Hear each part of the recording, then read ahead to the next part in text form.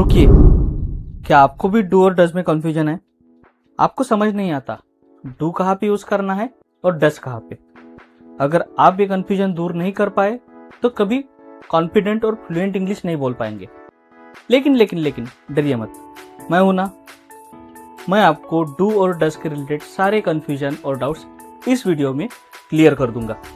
बस वीडियो को लास्ट तक देखिए, क्योंकि यह वीडियो देखने के बाद आपका डू और डज का कंफ्यूजन दूर हो जाएगा और वीडियो के लास्ट में आपके लिए एक सरप्राइज है। तो बिना देर किए लेट्स गेट स्टार्टेड।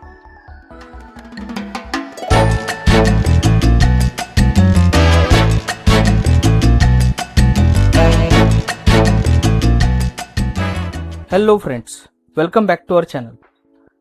आज का हमारा टॉपिक छोटा है लेकिन बहुत इंपॉर्टेंट है। डू और डज ये एक छोटे वर्ड्स है लेकिन बहुत इंपॉर्टेंट है आपकी इंग्लिश स्पीकिंग सुधारने के लिए। 90% लोग डू और डज में हमेशा कंफ्यूज रहते हैं। लोग क्या करते हैं, कभी डू की जगह डज यूज कर लिया, डज की जगह डू यूज कर लिया। आज की वीडियो में हम कवर करेंगे डू और डज का use as a main verb कैसे करते हैं, उसके बाद क्वेश्चन रेडी करने के लिए डू और डज का यूज कैसे करता है, नेगेटिव सेंटेंस में डू और डज का यूज कहाँ पे करना है, एम्फेसिस क्या होता है इसको हम डिटेल में जानेंगे, और डू और डज का यूज करके शॉर्ट आंसर कैसे बनाते हैं। Do does as a main verb. सबसे पहले समझते हैं डू का मतलब क्या होता है। डू का मतलब होता है करना, यानी किसी काम को पूरा करना। डू का यूज हम तब करते हैं जब हमें किसी एक्शन को पूरा करना होता है। चलिए एग्जाम्पल देखते हैं। आई डू माई होमवर्क, मैं अपना होमवर्क करता हूँ। You do your work on time, तुम अपना काम समय पर करते हो। We do exercise every day, हम रोज व्यायाम करते हैं। They do their duties properly, वे अपने काम सही तरीके से पूरा करते हैं। I do my job sincerely, मैं अपना काम ईमानदारी से करता हूँ। चलो अभी डज को समझते हैं। जब सब्जेक्ट ही, शी या इट होता है तो हम डू को डज से रिप्लेस करते हैं। हमेशा ध्यान में रखिए, आई, यू, वी और दे जब आता है तब हम डू यूज करते हैं, लेकिन जब ही, शी और इट आता है तब हम डज यूज करते हैं। चलिए इसके एग्जाम्पल देखते हैं। शी डज योगा, वह योगा करती है। He does his homework daily, वह रोज अपना होमवर्क करता है। It does not work properly, यह ठीक से काम नहीं करता। चलिए इसका सेंटेंस स्ट्रक्चर देखते हैं। सब्जेक्ट प्लस डू या डज प्लस ऑब्जेक्ट। अब हम देखते हैं डू और डज का यूज करके क्वेश्चन कैसे बनाते हैं। नॉर्मल इंग्लिश स्पीकिंग में ऐसे क्वेश्चन बहुत बार यूज किए जाते हैं। जब हमें किसी से क्वेश्चन पूछते हैं तो सेंटेंस की शुरुआत डू या डज से करते हैं। चलिए स्ट्रक्चर देखते हैं। Do does plus subject plus verb. यहाँ ध्यान देने वाली बात यह है कि जब हम डू या डज का यूज करेंगे तब वर्ब हमेशा बेस फॉर्म में रहेगा। चलिए एग्जाम्पल देखते हैं। डू यू लाइक कॉफ़ी, क्या तुम्हें कॉफ़ी पसंद है। डू दे वॉच मूवीज, क्या वे फिल्में देखते हैं। डज ही प्ले क्रिकेट, क्या वह क्रिकेट खेलता है। डज शी ईट पिज्ज़ा, क्या वह पिज्ज़ा खाती है।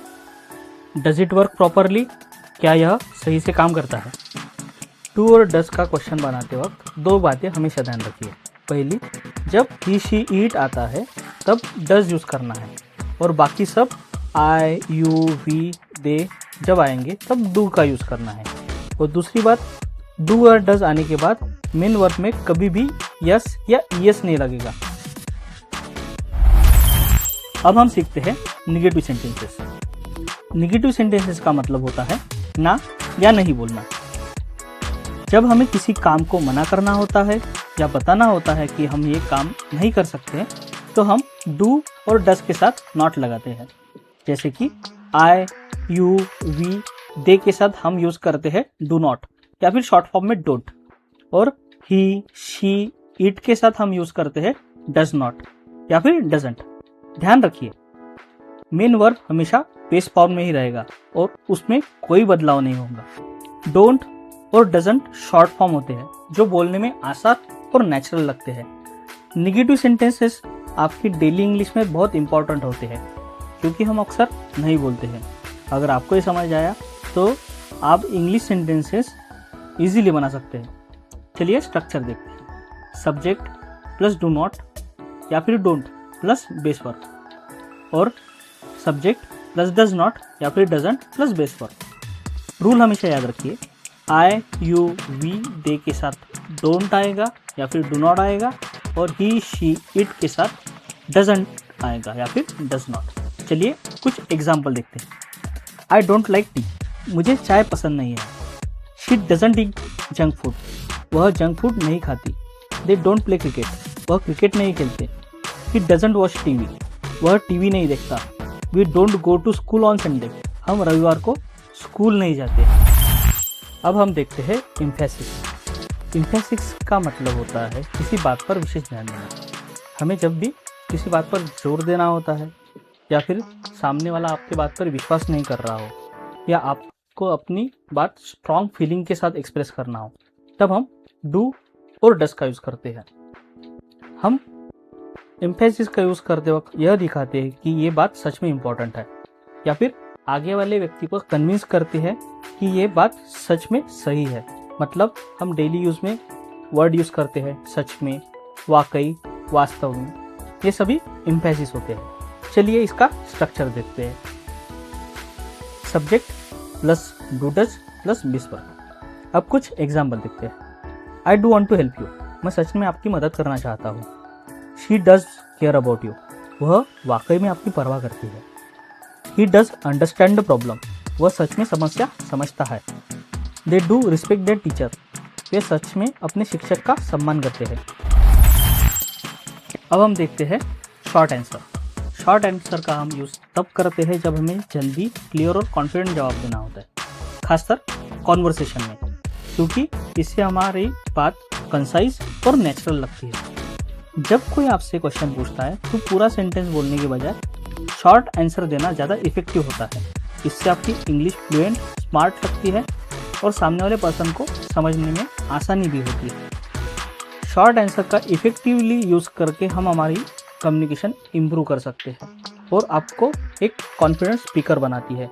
इसलिए इन्हें प्रैक्टिस करते रहिए, क्योंकि आप रियल लाइफ सिचुएशन में आसानी से यूज़ कर सके। चलिए स्ट्रक्चर देखते हैं। Yes no plus subject plus do does.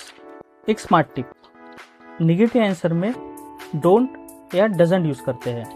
हमेशा वर्ब रिपीट नहीं करते, सिर्फ हेल्पिंग वर्ब का यूज़ करते हैं। और उसके बाद जब क्वेश्चन में डू आता है तो आंसर में भी डू ही आएगा, और क्वेश्चन में डज आएगा तो आंसर में भी डज आएगा। अब कुछ इसके एग्जाम्पल देखते हैं। Do you like pizza? Yes I do. Do they play cricket? No they don't. Does she work here? Yes she does. Does he eat junk food? No he doesn't. Do we need help? Yes we do. चलिए अभी video को revise करते हैं और सभी topic short में discuss करते हैं ताकि आप भूल ना जाए। सबसे पहले हमने देखा डू और डज को मेन वर्ब कैसे यूज़ किया जाता है। उसके बाद में हमने क्वेश्चन बनाना सीखा डू और डज का यूज़ करके। डू और डज यूज़ करके हमने नेगेटिव सेंटेंस भी यूज़ किए। उसके बाद में हमने सीखा एम्फेसिस क्या होता है और इसका हमारे कम्युनिकेशन में इम्पैक्ट कैसे पड़ता है। लास्ट में हमने देखा शॉर्ट आंसर कैसे तैयार करते हैं। Well done. अगर आपने यहाँ तक वीडियो देख लिया है तो इसका मतलब है आपने डू और डज मास्टर कर लिया है। और मैंने वीडियो के स्टार्ट में आपको प्रॉमिस किया था कि मैं आपको सरप्राइज दूंगा, तो मैं आपके लिए सरप्राइज लेके आया हूँ वर्कशीट, जो PDF फॉर्मेट में आपके लिए प्रैक्टिस के लिए फ्री में अवेलेबल है। वो आप वीडियो के लिंक में डाउनलोड कर सकते हैं और आप इंग्लिश की प्रैक्टिस कर सकते हैं। अब आप कॉन्फिडेंटली इंग्लिश बोल सकते हैं। और हाँ, कमेंट में लिखो आई डिड इट और बने रहिए हमारे साथ, क्योंकि मैं जल्द ही डिड, डन और डूइंग पे वीडियो लाने वाला हूँ। तो बिल्कुल मिस मत करिए, क्योंकि वहीं से रियल इंग्लिश शुरू होती है। बस एक लास्ट रिक्वेस्ट है, अगर आपको ये वीडियो पसंद आया है तो लाइक करिए, अपने दोस्तों और फैमिली के साथ शेयर करिए और do subscribe to our channel. Thanks for watching. See you, bye.